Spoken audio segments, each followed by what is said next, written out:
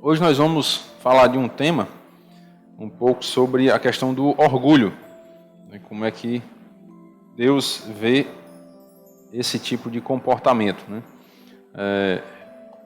Nós sabemos que o orgulho foi o primeiro pecado cometido, foi a soberba, por Lúcifer, ainda lá nos céus, né? Ensoberbeceu-se-lhe o coração, ele quis ser semelhante ao Altíssimo. E Satanás, ele tenta as pessoas para cometerem esse tipo de pecado.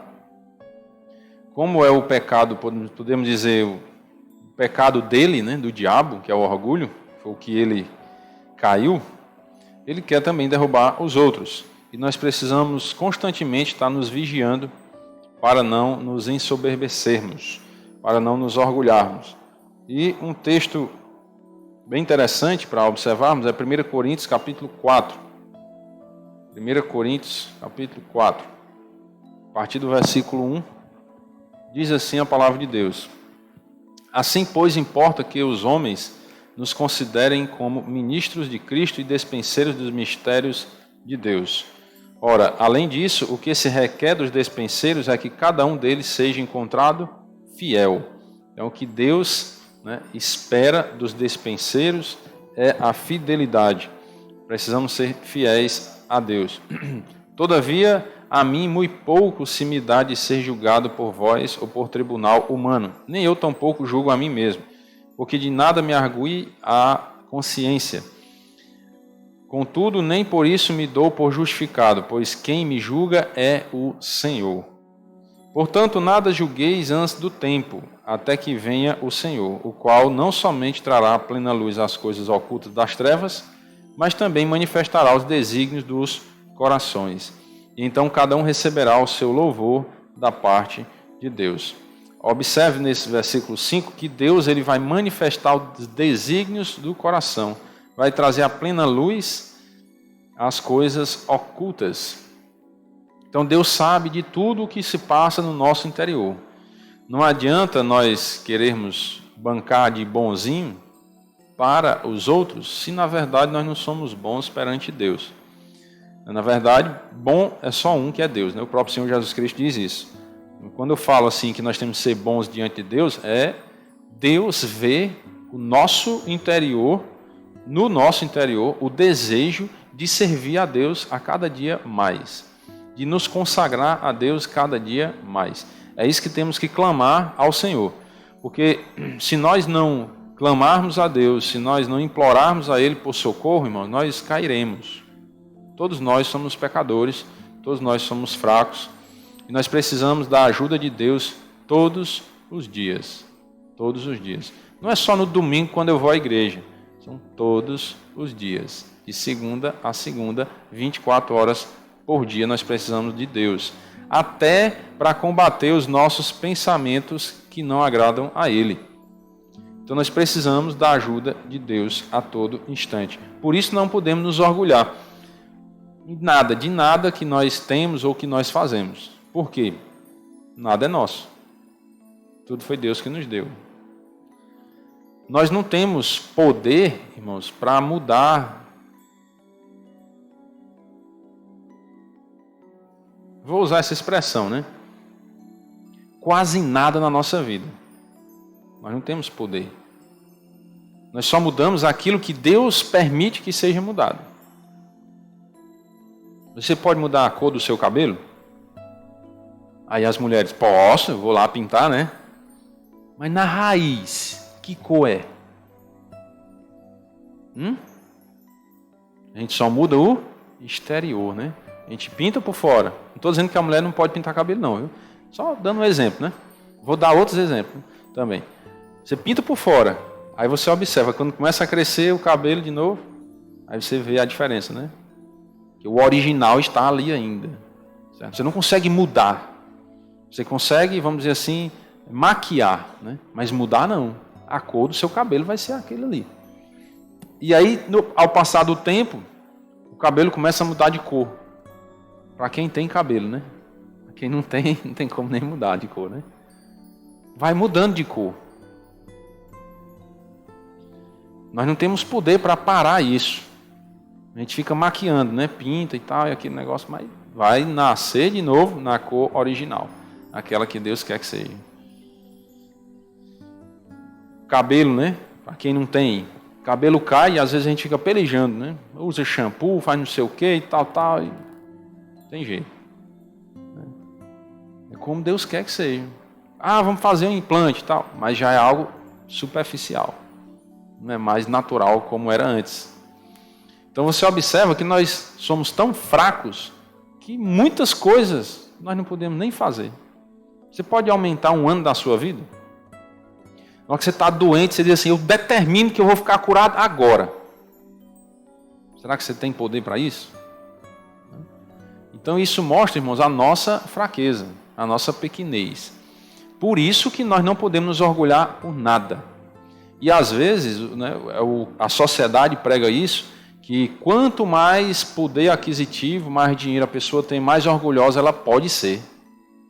Ela tem que pisar nos outros, tem que humilhar as outras pessoas que não têm o mesmo recurso que ela.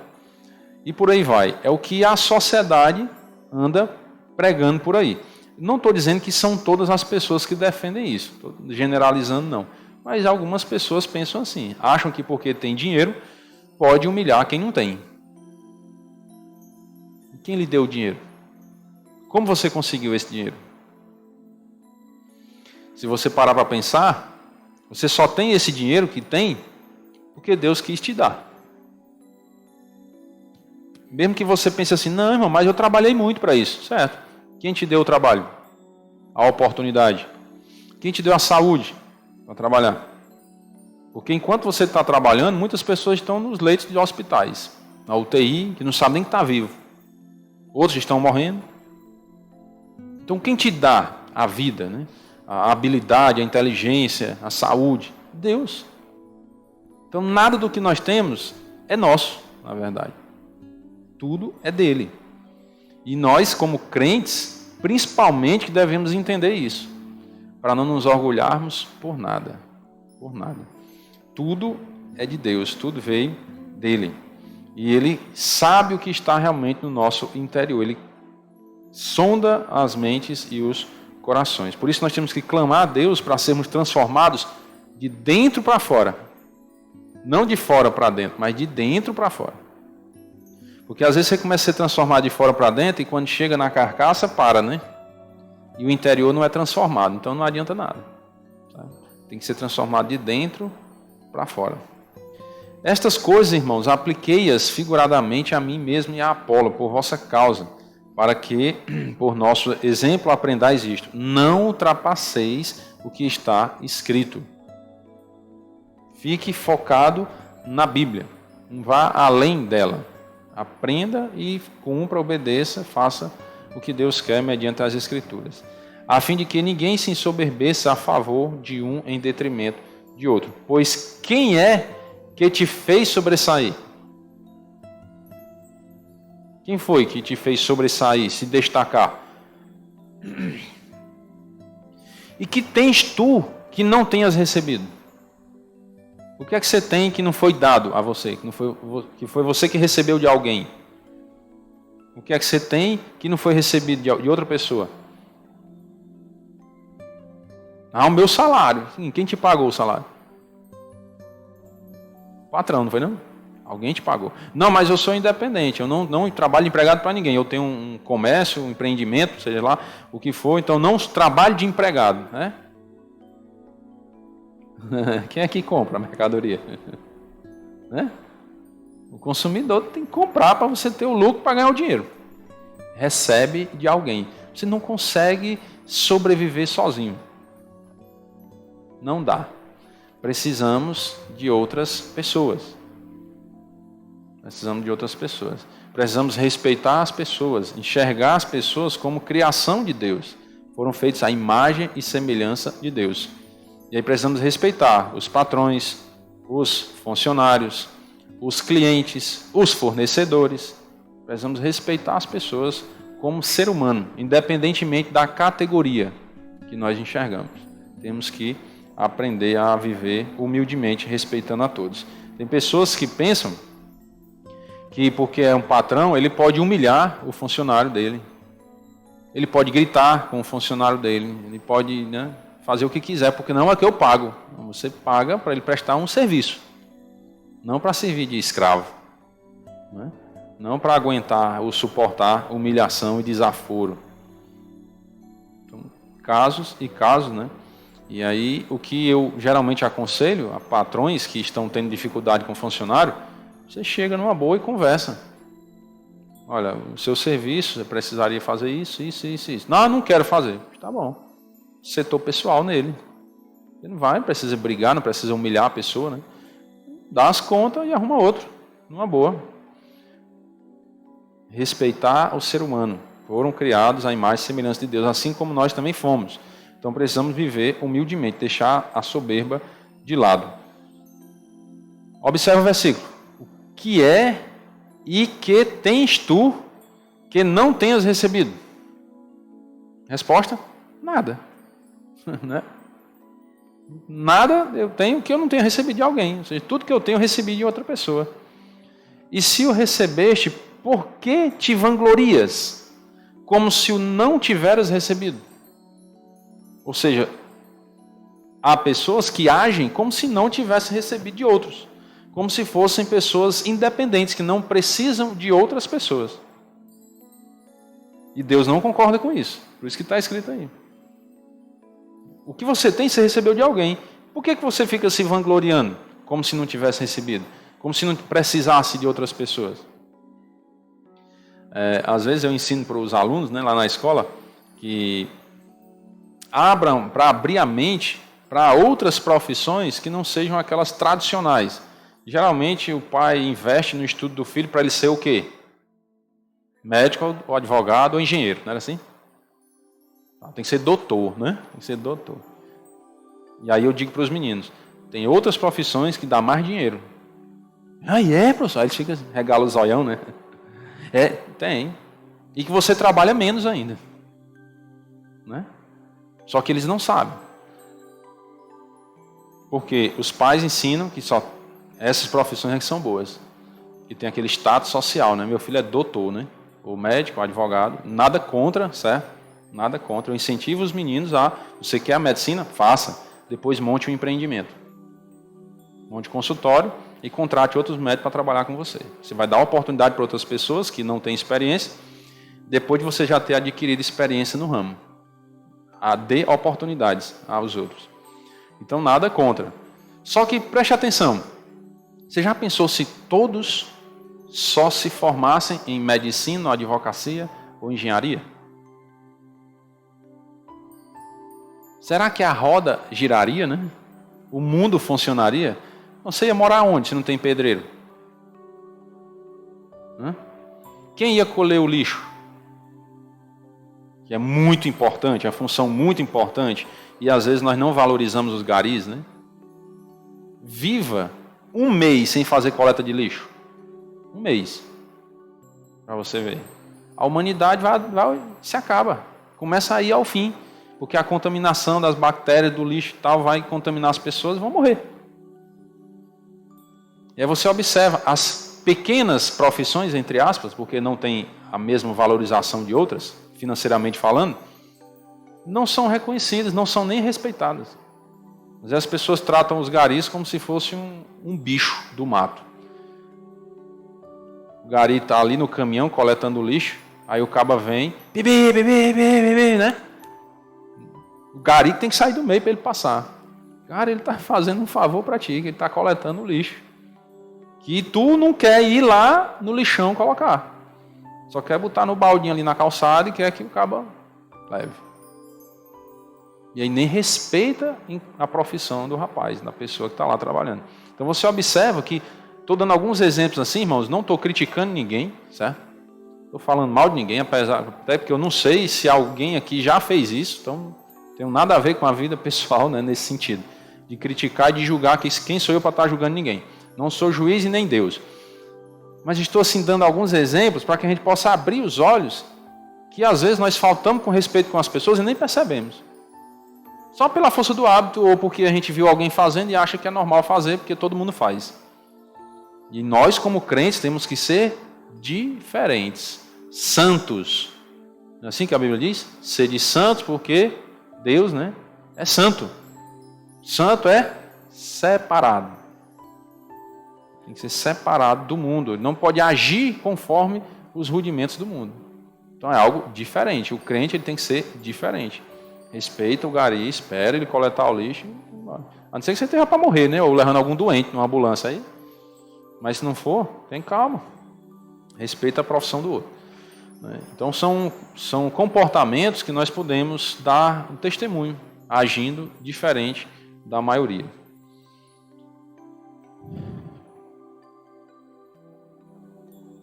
Eu vou ler aqui um comentário do William MacDonald sobre esse versículo, que é bem interessante. Ele se baseia nessa pergunta: o que tens tu que não tenhas recebido? Essa é uma boa pergunta que por ela põe nossos pés no chão, né? É como se fosse um tapa na cara, né? Reconheça quem você é. Se situe. Não temos nada que não tenhamos recebido. Exemplo, recebemos nosso equipamento físico e mental ao nascer. Quando nós nascemos, nós recebemos, né? Corpo e mente.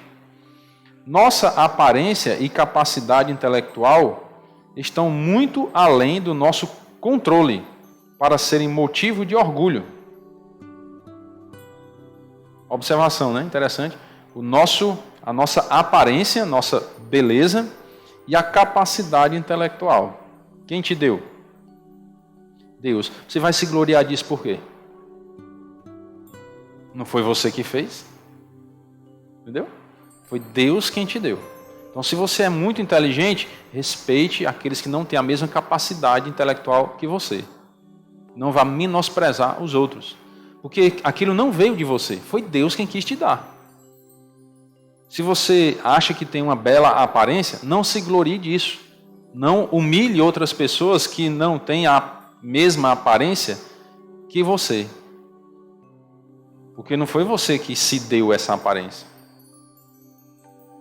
Eu não sei se vocês já viram pessoas que tentam mudar a aparência. Aí usam aqueles negócios lá, né? Botox, não sei o quê, mesmo de ácido hialurônico, um nome meio esquisito aí, cheio de coisa. E depois de um tempo elas ficaram piores do que o que era antes. Já viram? Alguns vídeos aí na internet mostrando isso. Tem até um caso de uma pessoa que foi fazer essas aplicações, não sei de que lá, que teve um problema na boca, foi? Vocês ouviram falar nesse caso? Nariz, foi? Deformou totalmente o rosto da pessoa. Aí agora, cirurgia, mais cirurgias para tentar remediar o problema. Né? Eu costumo dizer para as pessoas assim: seja satisfeito com aquilo que Deus te deu. Seja grato. Ah, mas eu não me acho bonito. Deus não fez você assim? Fez. Seja feliz.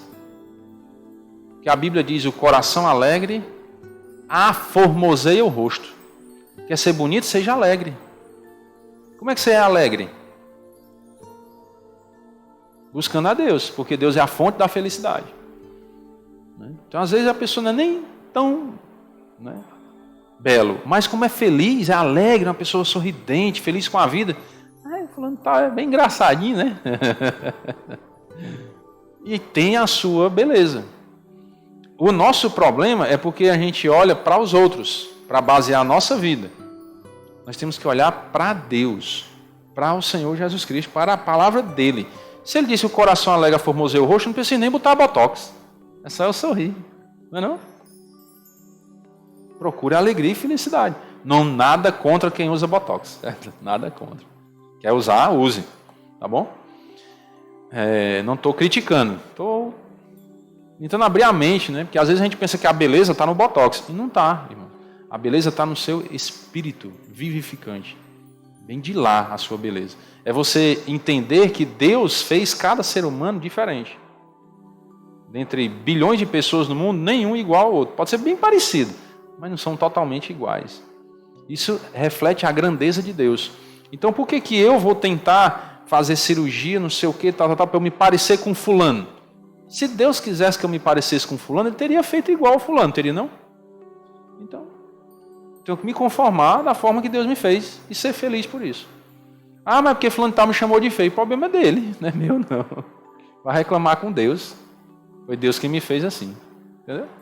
A gente tem que ter uma mente forte para não se abalar com as críticas que as pessoas fazem a nosso respeito. Temos que ter as nossas convicções. Certo? Se Deus me fez assim é porque Ele queria que eu fosse assim. Pronto. Algumas pessoas me perguntam às vezes: irmão, você não quer fazer implante capilar? Não. Mas rapaz, então, não quero. Deus não permitiu cair o cabelo? Ele quis assim. Tá bom. Se Ele quiser, Ele faz crescer, não faz não? Se Ele quiser fazer crescer, Ele faz. Se não quiser, tá bom demais. Entendeu? Cabelo é bicho tão ruim que nem a terra come. Já ouviram esse ditado? Então vamos preocupar com o cabelo, né? É bom que os meninos às vezes perguntam: professor, qual o shampoo que o senhor usa? Para fazer hora, né? Aí eu pego e faço hora com eles, anti-caspa. Eu uso shampoo, certo? Pois bem, irmãos, fiquem bastante atentos com relação a isso. Seja conformado com o que Deus te dá. Seja grato, não seja orgulhoso, mas sim agradecido.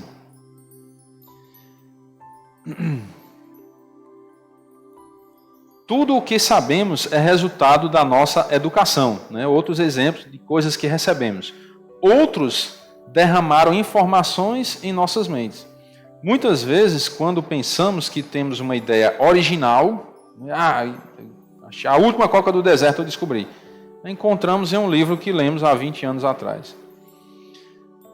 Emerson, um escritor americano, disse que todas as minhas melhores ideias foram roubadas pelos antigos. Ou seja, alguém já teve essa ideia, ele só repetiu. E quanto a nossos talentos? Alguns talentos definitivamente vêm de família. São desenvolvidos com treino e prática. Porém, o ponto é que eles não se originaram de nós. Eles nos foram dados. Até alguns dons que você tem, que você acha, não, porque eu nasci com isso. Você aprendeu na família e nem sabe. Nem sabe. Porque de tanto você vê os seus pais fazendo, você acabou fazendo e acha que é um dom, que é algo especial seu. Às vezes é da família. É algo comum à família já. Algumas habilidades, né, vêm, às vezes, do berço nesse sentido também. Foram dadas pela família. Pilatos estava cheio de si pela autoridade que possuía, enquanto estava ali, né, interrogando o Senhor Jesus Cristo. Mas olha o que foi que Jesus disse para ele. Ó. João 19 e 10. Então Pilatos o advertiu: não me respondes? Não sabes que tem autoridade para te soltar e autoridade para te crucificar? Olha o bichão, né? Cheio da bola. Jesus disse o que para ele? Nenhuma autoridade teria sobre mim se de cima não te fosse dada. Por isso, quem me entregou a ti, maior pecado tem. A autoridade que Pilatos disse: eu tenho autoridade. Tem, mas foi Deus que te deu. Que toda autoridade é instituída por Deus. Certo? Foi Deus que deu essa autoridade a ele. Não era dele em si, de Pilatos. Resumindo, cada fôlego que respiramos é um presente de Deus. Também é por isso que, por exemplo, B.T. Stone recusou-se a levar crédito por ter escrito um livro que tem por título A Cabana do Tio Tom. Ela diz assim, ó, eu, a autora desse livro? Não, de fato não. Ela considerava que era Deus quem lhe deu as ideias e que apenas as escreveu. Aí ela diz, entre aspas, somente a Ele seja o louvor. Uma pessoa realmente humilde. Eu fiz isso, fiz aquilo. Não. Deus me concedeu a graça de realizar isso. Então, a Ele toda a glória. A percepção constante de que não temos nada que não tenhamos recebido nos liberta do orgulho. Eu vou repetir essa frase. A percepção constante, você perceber isso constantemente na sua vida, e que você não tem nada que não recebeu de alguém, isso te ajuda a não se orgulhar, a ser uma pessoa humilde. Você passa a respeitar mais as outras pessoas, até dentro do casamento. Sabia disso? Quando você parar para observar que sem a sua esposa, você teria que fazer algumas coisas que ela é quem faz, você passa a ser mais humilde e respeitar mais a sua esposa. Rapaz, eu tenho falhado, né? Eu preciso respeitar mais a minha esposa, eu preciso amar mais a minha esposa, porque ela faz coisas que, sem ela, eu teria que fazer. Então, muito obrigado, meu filho, por fazer o almoço, né? Por lavar a roupa, por estender minha roupa, ou as coisas de casa, né? Lavar, varrer a casa, limpar as coisas, né? Temos que agradecer. Né? Vocês já tiveram a experiência de, quando a esposa serve uma comida ou um copo com água, você agradecer a ela? Obrigado. Faça essa experiência, para você ver como é boa. Né? A nossa esposa, ela não é obrigada a nos servir. Ela não é obrigada a cozinhar para nós, não é obrigada a lavar as roupas, não é obrigada a nos dar um copo com água. Não é obrigada. Ela faz porque ela nos ama, ama a Deus em primeiro lugar, ama o esposo e ela quer servir ao esposo, ela quer ser uma auxiliadora. Assim como Deus disse que a mulher tem que ser uma auxiliadora idônea, capaz, certo? Ela faz por isso, mas ela não é obrigada. Então seja grato. Quando a sua esposa fizer alguma coisa, seja grato a ela. Poxa, filho, muito obrigado. Porque você tem que entender que você é igual a ela. Você é igual à esposa, você não é melhor do que ela. Você tem uma responsabilidade que Deus lhe deu, que é de ser o cabeça do lar, cuidar e proteger a esposa, amar a esposa. É uma responsabilidade que Ele lhe deu. Mas a Bíblia não diz que você é melhor do que a esposa, que você pode humilhar a sua esposa, maltratar a sua esposa. A Bíblia não diz isso. A Bíblia diz que você tem que amar e respeitar, cuidar como a menina dos olhos, porque ela é a parte mais frágil. Então você tem que respeitar, tem que amar, para que Deus seja glorificado.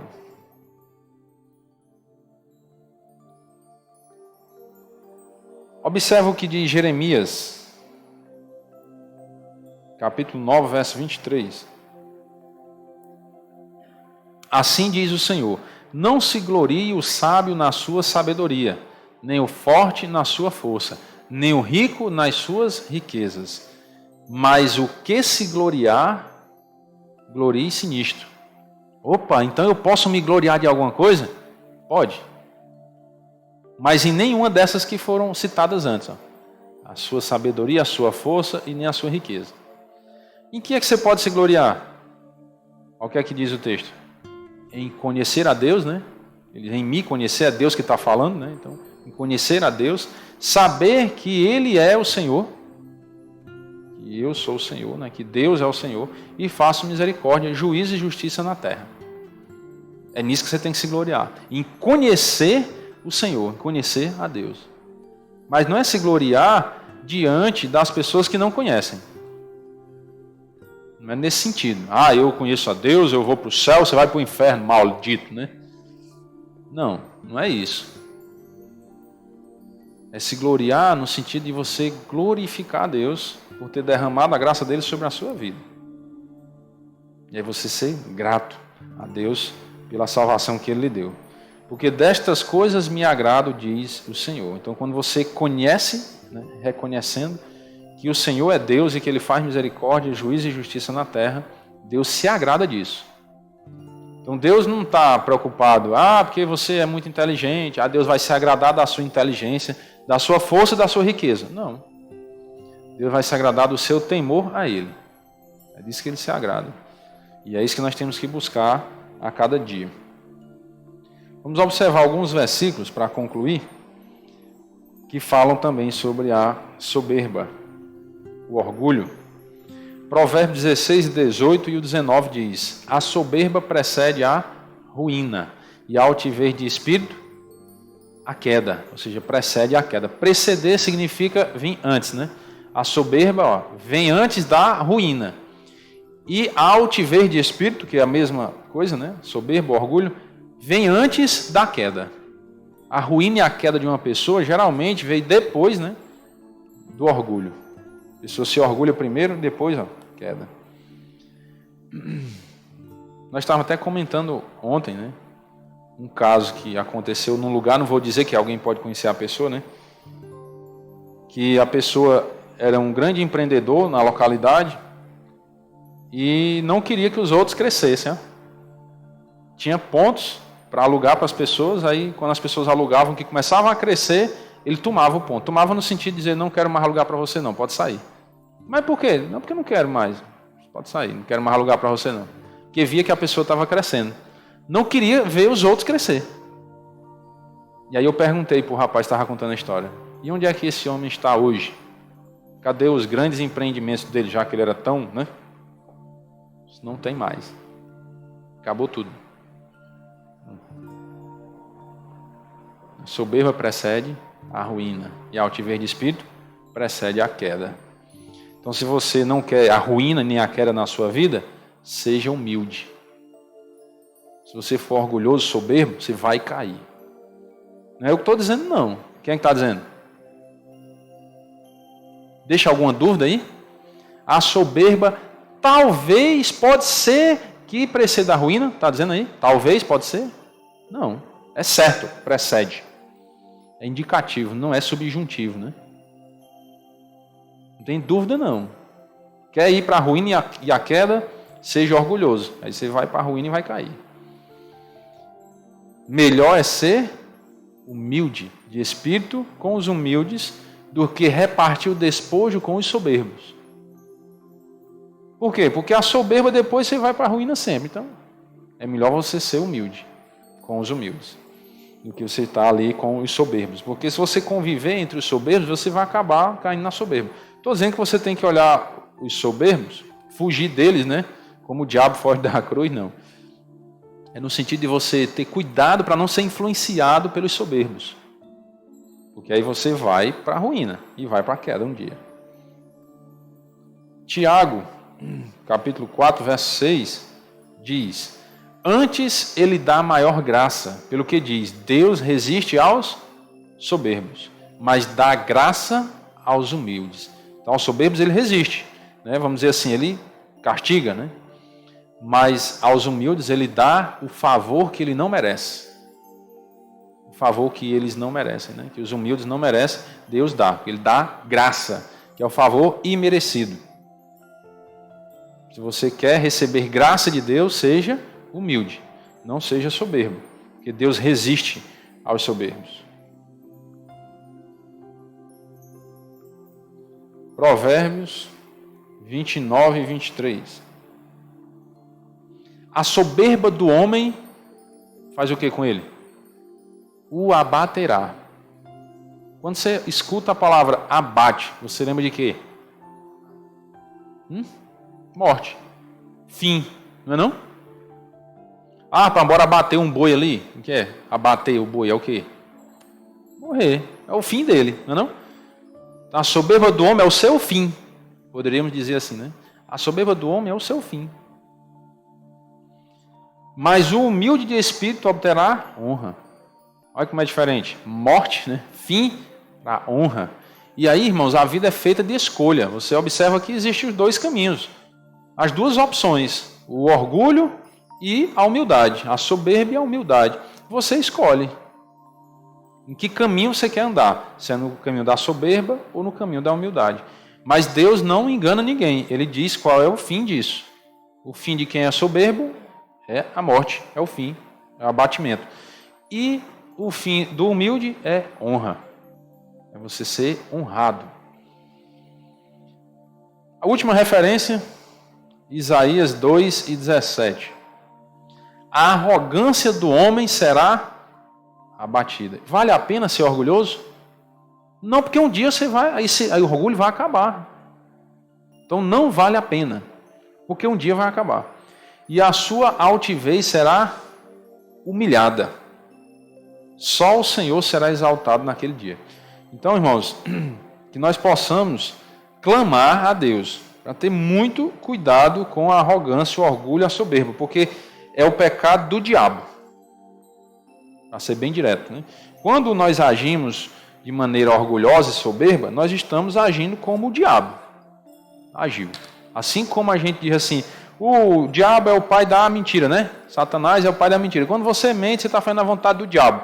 A soberba é do mesmo jeito. Quando você está sendo soberbo e arrogante, você está agindo do jeito que o diabo quer que você haja. E aí você tem que refletir, né? Eita, eu quero agir como o diabo quer ou como Deus quer. E aí nós vimos, Deus se agrada do quê? De você conhecer que Ele é Deus, que Ele é o Senhor, de misericórdia, de justiça e juízo.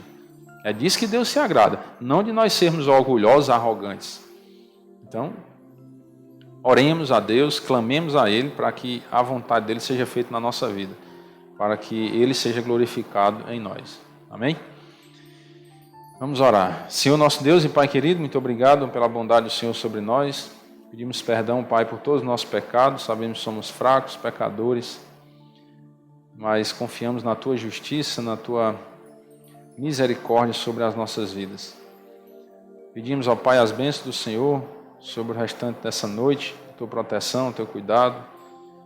Uma semana de vitória sobre o mal e sobre o pecado, Pai. Pedimos que a cada dia possamos ter corações quebrantados, humildes e submissos à Tua palavra, para que o Senhor seja honrado e glorificado, porque o Senhor é digno de toda honra e toda glória, para todos sempre. Oramos agradecidos em nome do Teu Filho amado, nosso Senhor e Salvador Jesus Cristo. Amém.